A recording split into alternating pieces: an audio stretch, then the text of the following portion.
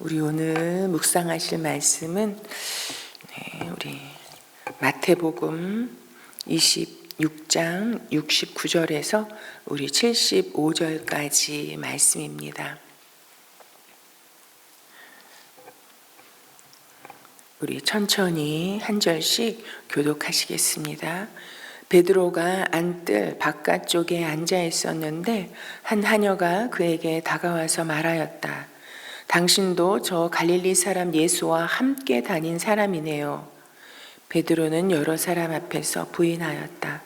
나는 내가 무슨 말을 하는지 모르겠다.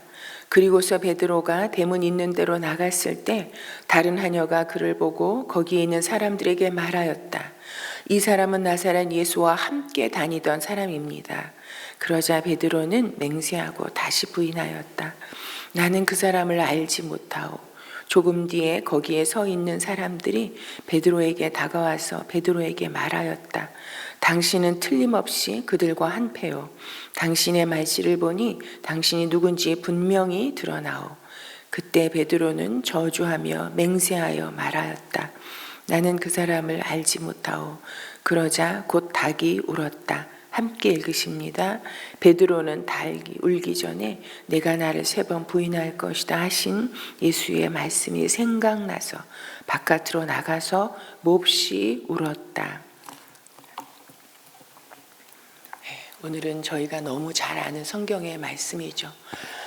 예수님을 3번 부인했던 베드로의 말씀입니다. 여러분, 베드로 이 사도 베드로 제자를 생각하면 참 우리가 어떤 상황에서도 다시 주님 앞에 나아가 다시 시작해 볼 그런 힘과 격려를 주는 제자가 아닌가, 저는 그렇게 생각합니다. 여러분, 베드로가 예수님을 이렇게 부인하는 이런 장면입니다. 그런데 이때 예수님이 참으로 이 가야바 제사장의 이 법정에 끌려가서 어떤 상황에 있었는지 우리는 바로 어제 이 큐티의 말씀을 통해서 살펴보았습니다.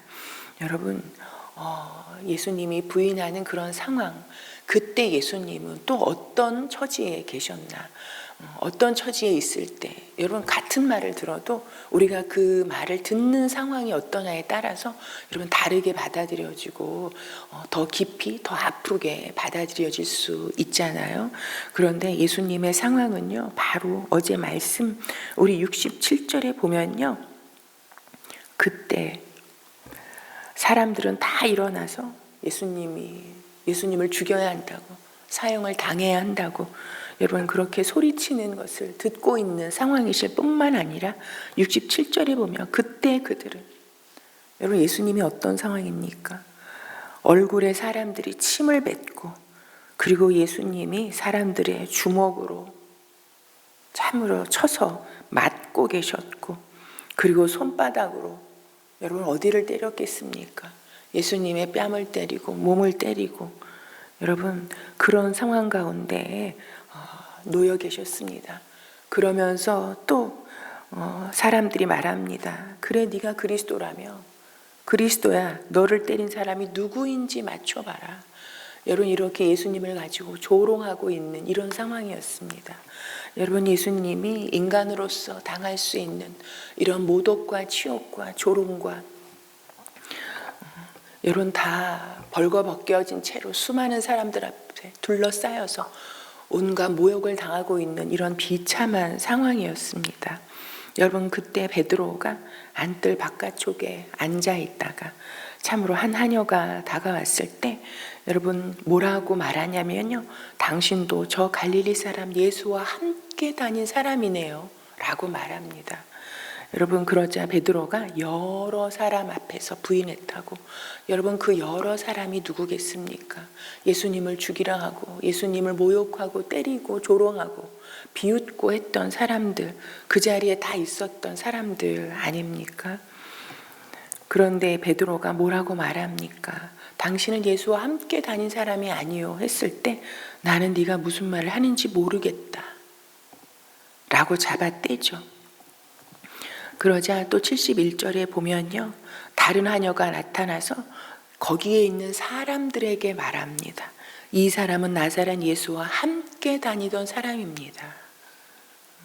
그러자 베드로는 맹세하고 다시 부인했다라고 말합니다. 그리고 73절에는 참으로 또 거기 있는 사람들이 베드로에게 말합니다. 당신은 틀림없이 그들과 한패요. 당신의 말씨를 보니 당신이 누군지 분명히 드러나오. 당신이 그렇게 모른다고 잡아떼지만 당신은 틀림없이 예수님과 함께 다니던 사람입니다.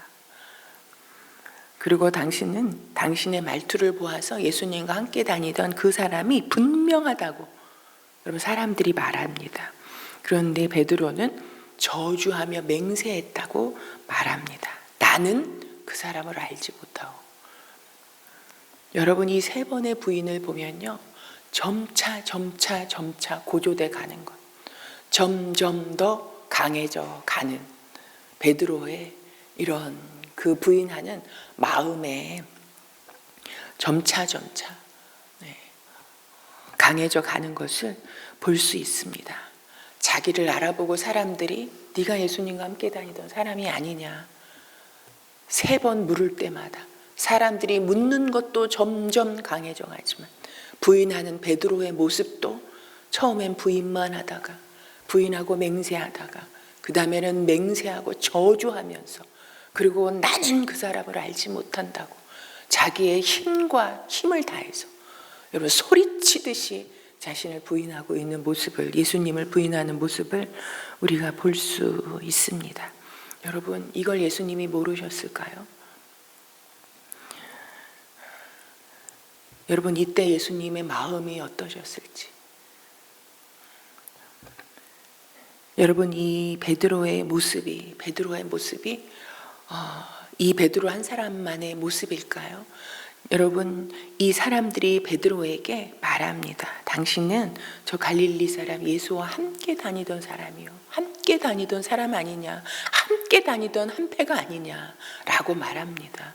여러분 그런데 이 말은요 참으로 33절 35절에 보면은 베드로가 예수님께서 어떤 죽음으로 어떻게 돌아가실지를 제자들에게 말씀해 주실 때 베드로가 33절에 보면 이렇게 말합니다. 비록 모든 사람이 다 주님을 버릴지라도 나는 절대로 버리지 않겠습니다. 여러분 이건 무엇입니까? 어떤 상황이 돼도 나는 주님과 함께 하겠다라는 여러분 이런 고백이잖아요. 그러면서 35절에는 베드로가 예수께 또 더 한 번 주님께서 네가 그렇게 장담하지만 닭이 3번 울기 전에 네가 나를 3번 부인할 것이다 라고 말씀하실 때 그때 더 목에 핏대를 세우면서 말합니다.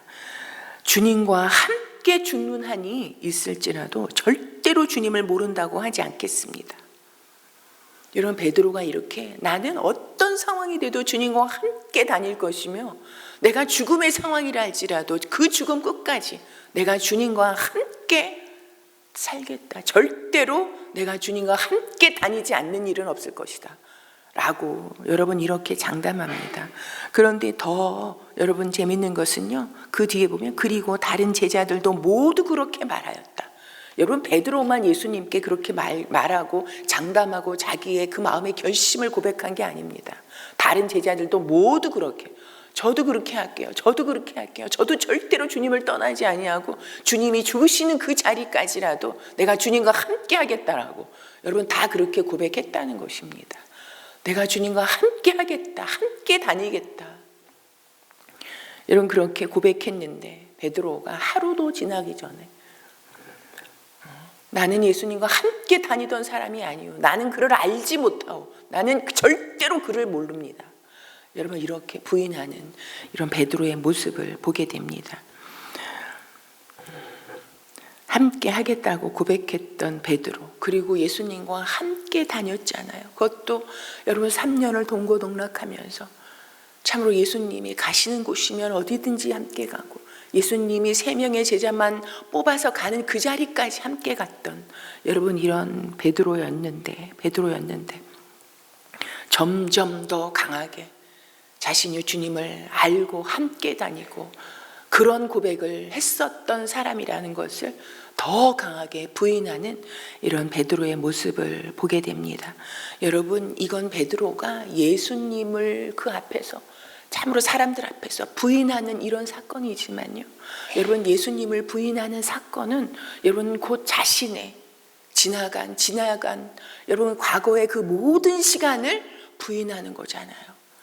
자기가 예수님을 어떻게 따랐는지 그 모든 것을 부인하고, 예수님이 자신을 참으로 부르셔서 그 3년을 어떤 말씀을 하셨고, 자신을 데리고 어떻게 자신을 훈련시키셨고, 얼마나 가까이 사랑하시며, 여러분 그 예수님이 자신을 향해 쏟으셨던 그 사랑과 은혜의 시간을 다 부인하는 거잖아요. 그리고 자신이 그토록 목숨을 다해서 자신의 모든 삶을 뒤로하고 예수님을 쫓으며 예수님과 함께 이루고자 했던, 하나님 나라를 세워가고자 했던 여러분 그 믿음의 고백과 결단과 자신의 그 모든 인생을, 예수님께 걸었던 그 모든 인생을 다 부인하는 거잖아요. 여러분, 그런데 저는 예수님께서 이 비참한 상황 가운데 왜 처하셨습니까? 왜 그런 모욕을 당하고, 왜 그런 조롱을 당하고, 예수님이 힘이 없어서? 여러분, 예수님 말씀하시잖아요. 내가 12영 12군단 더 되는 천사를 참으로 하나님께 보내달라고 내가 요청할 수 없는 줄 아느냐. 그러나 그렇게 하면 이 일이 이루어지리라 한 하나님의 말씀이 어떻게 이루어지겠느냐. 여러분, 그 하나님의 말씀을 붙잡고 이 참으로 비참한 십자가의 길을 가시는 예수님이신데, 여러분 마음을 다 잡고 가신다 할지라도 이 길이 얼마나, 여러분 예수님은 여러분 우리가 꼭 기억해야 할 것은요, 예수님이니까 그렇게 하실 수 있었지. 여러분 그게 아니잖아요. 예수님은 100% 하나님이시지만 100% 인간이셨습니다. 여러분 인간 예수님이 이 길을 가신다라는 것이, 여러분 우리가 예수님은 나하고 다르니까, 예수님은 뭐 하나님이시니까 그렇게 하실 수 있었지, 그렇게 말할 수 있는 게 아니잖아요. 예수님도 우리와 똑같은 두려움과 여러분 이 일 앞에 너무나 힘든 마음을 토로하시고, 여러분 이 길을 홀로 가셔야 하는, 누구도 알아주지 않는, 그런데 이 제자의 부인을 보실 때 여러분 예수님이 어떤 마음이셨겠습니까? 내가 키운 제자도 저 모양인데 내가 저런 인간들을 위해서 내가 이 목숨을 내주어야 하는가? 여러분 인간 예수님은 얼마든지 그렇게 생각하실 수 있는 그런 마음이 훅훅 들어오는, 여러분 그러지 않으셨을까요? 내가 이런 사람들을 위해서 내가 이렇게 내 목숨을 내주어야 하나? 이 비참한 십자가를 지어야 하나? 여러분 그런 고민이 없으셨을까요? 여러분 그러나 예수님은 이 베드로의 부인의 모습을 보면서 더욱더 십자가의 그 길을 가셔야 할, 그 십자가의 길에, 그 십자가에 예수님을 내어주시는 하나님의 여러분 인간을 향한 안타까운 마음을 더 깊이 가지셨을 거라고 생각되어집니다. 왜냐하면 베드로의 이 모습이, 여러분 우리 인간의 모습이요, 이 두려움 앞에 이렇게 본능적으로 여러분 피하고 부인하고 맹세하고 저주할 수 있는 것이, 내가 내 목숨만 살 수 있다면 내가 어떤 것도 부인하고 어떤 것과도 타협하고 어떤 죄악의 유혹에도 훌라당 넘어갈 수 있는 존재가 사람이라는 것을, 인간이라는 것을 누구보다 여러분 그 눈앞에서 보시면서, 예수님이 십자가에 죽지 아니하시면, 생명을 내어주지 아니하시면 인간의 저 죄악 가운데 구원할 수 없다는 것을, 인간의 저 두려움 속에서 사람이 스스로는 자유할 수 없다는 것을, 저 죽음의 공포 앞에, 사망의 권세 앞에 인간 스스로는 구원할 수 없다는 것을 예수님께서 십자가의 그 생명을 더 내어주실 수밖에 없었던 그 예수님의 안타까운 마음이 여러분 이때 더하지 아니하셨을까 하는 생각이 듭니다. 그러기에 예수님은 이런 상황 속에서도 조금도 흔들리지 아니하고 여러분 베드로를 조금 더 정지하지 않으시잖아요. 그러자 닭이 3번 울자 베드로는, 여러분 저는 참으로 여러분 베드로가 돌이키게 된 계기가 여러분 어디에 있습니까? 베드로는 닭이 울기 전에 내가 3번 나를 부인할 것이다 하신 예수님의 말씀이 생각나서 바깥으로 나가서 몹시 울었다. 여러분, 주님의 말씀이 생각이 나서 여러분 눈물로 회개하고, 그리고 그 부끄러운 중에도 예수님의 그 무덤 앞으로 달려갔던 베드로, 그리고 또 나 같은 게 무슨 죄인이라고, 예수님의 제자라고 다시 갈릴리 바다로 갔을 때 그곳까지 찾아오셔서 베드로를 이 부인했던 상처에서 다시 주님을 고백하고 결단하고 이제 흔들리지 않고 제자의 길을 걸어가는 베드로로 다시 만나주시고 회복시켜주시는 예수님의 모습을 우리는 기억하게 됩니다. 여러분, 십자가에 생명을 내어주시면서 그랬던 베드로에서 제자 베드로로 회복시키시는 예수님의 그 모습을 우리가 보게 되어집니다. 여러분, 이 베드로의 부인을 통해서 여러분, 우리는 참으로 제자라고 하면서 참으로 베드로 어떻게 이렇게 이럴 수가 있었을까? 여러분, 그게 아니더라고요. 여러분, 생각해 보면요, 베드로 3번 부인했잖아요. 여러분, 나와 비교해 보면요, 베드로는요 예수님을 3번밖에 안 부인했어요.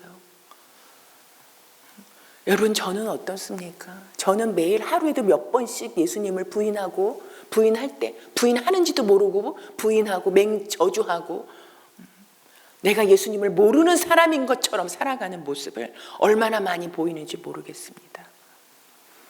여러분, 예수님, 베드로는요, 저는 옛날에는 예수님의 마음을, 여러분, 유다도 똑같이 예수님을 부인하고 여러분 저주하고 팔아먹었잖아요.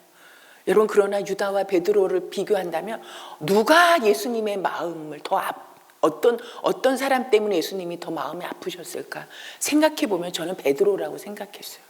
왜냐하면 유다는 그럴 줄 알았잖아요. 그러나 베드로는 너까지 어떻게, 네가 나를 어떻게 부인할까? 여러분, 믿었던 사람, 더 사랑했던 사람이 부인할 때 우리 마음이 더 아프고 여러분 더 상처받지 않습니까? 그런데 돌이켜 생각해 보면요, 여러분, 베드로는 예수님을 3번밖에 부인하지 않았더라고요.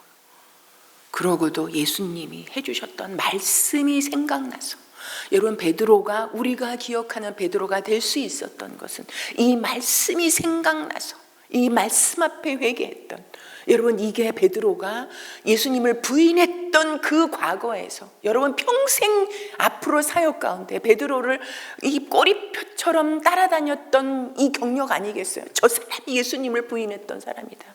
저 사람이 예수님을 맹세하고 저주했던 사람이다. 그러나 그런 모든 소리 가운데도 흔들리지 않고 그 예수님의 가신 십자가의 길을 가는 제자가 될 수 있었던 것은 말씀이 생각나서 그 말씀으로 회개하고 다시 찾아와 주셔서 음성을 들려주시고 사명을 주시고 다시 일으켜 주셨던 여러분, 그 예수님의 그 십자가의 사랑을 경험함으로 베드로가 되지 않았겠습니까? 여러분, 유다도 말씀이 생각나서 내가 죄 없는 피를 팔았다. 여러분, 뉘우치는 자리에서 말씀이 생각나서 여러분 주님 앞에 회개했다면 그 인생이 또 어떻게 변했을지 저희는 참으로 알 수 없습니다. 여러분, 우리가 신앙생활을 하되 가장 중요한 것이 말씀과 기도잖아요. 신앙생활의 기본이 말씀과 기도요. 여러분, 우리가 끊임없이 붙잡아야 하는 것이 말씀과 기도잖아요.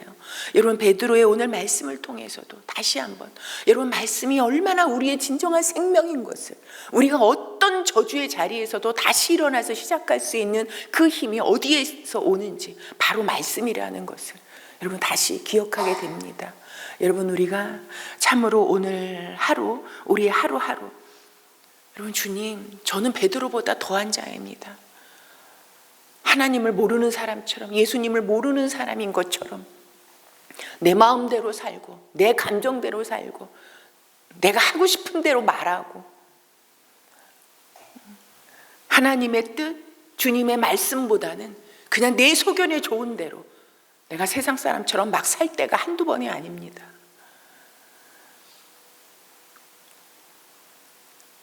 그런 저희지만 주님, 일마다 때마다 주님 말씀해 주시고 말씀이 생각나게 해주옵소서. 그래서 그 말씀 앞에 저를 직면하게 하시고 말씀으로 회개하고 오직 예수님을 붙쫓아가는 인생이 되게 해주옵소서. 하나님, 연약한 저를 성령님 붙잡아 주시옵소서. 우리 오늘 그렇게 기도하며 나가는 우리가 되기를 소망합니다. 그리고 오늘은 여러분 내일 주일 예배입니다. 우리가 예배를 위해서 기도하는 날입니다. 여러분, 예배는 우리 신앙생활, 우리 기독교인들에게 있어서 여러분 가장 중요한 우리의 삶이 아닙니까? 우리는 예배 중심으로 살아가는 자들이잖아요. 여러분, 우리가 부름받았다는 것은, 구원받았다는 것은 하나님을 예배하는 자로 부름받았다는 것입니다. 여러분, 예배는 우리가 확 해치우고 빨리 집에 가는 게 아니잖아요. 여러분, 예배를 통해서 우리 몸을 드리고 우리의 모든 것을 하나님께 드리고 집중하면서 내가 누구인지, 하나님의 자녀라는, 하나님의 백성이라는 그 정체성을 다시 한번 확인하고, 그리고 내가 세상을 또 한 주간을 살아가는데 어떤 방식으로 살아가는지 하나님의 말씀으로 생각하고 판단하고 그 말씀으로 살아가는 자라는 것을 다시 한번 기억하고 하나님과 다시 언약하는 자리가 바로 예배 자리입니다. 여러분, 그래서 내일 주일 예배가 성령님이 임하여 주셔서, 그리고 주일 예배는 하나님께서 복 주시기로 작정한 날이라고 말씀하시잖아요. 우리가 회개하고 하나님 앞에 거룩한 예배, 하나님께서 찾으시는 예배를 드리는 그런 우리 모든 성도들이 될 수 있도록 위하여서, 그래서 이 예배당 문을 들어서는 순간 하나님께서 예비하신 모든 은혜와 복을 받아 누리는 그런 시간이 될 수 있도록, 그리고 우리 마음을 열고 귀를 열어서 주님의 음성을 듣고 그 음성이, 주님의 말씀이 우리 한 주간에 일마다 때마다 생각나서 그 말씀대로 순종함으로 믿음의 능력을 우리 삶 가운데 경험할 수 있도록 해달라고 우리 함께 기도하시고, 그리고 가지고 나오신 기도 제목 올려드리고 돌아가시겠습니다.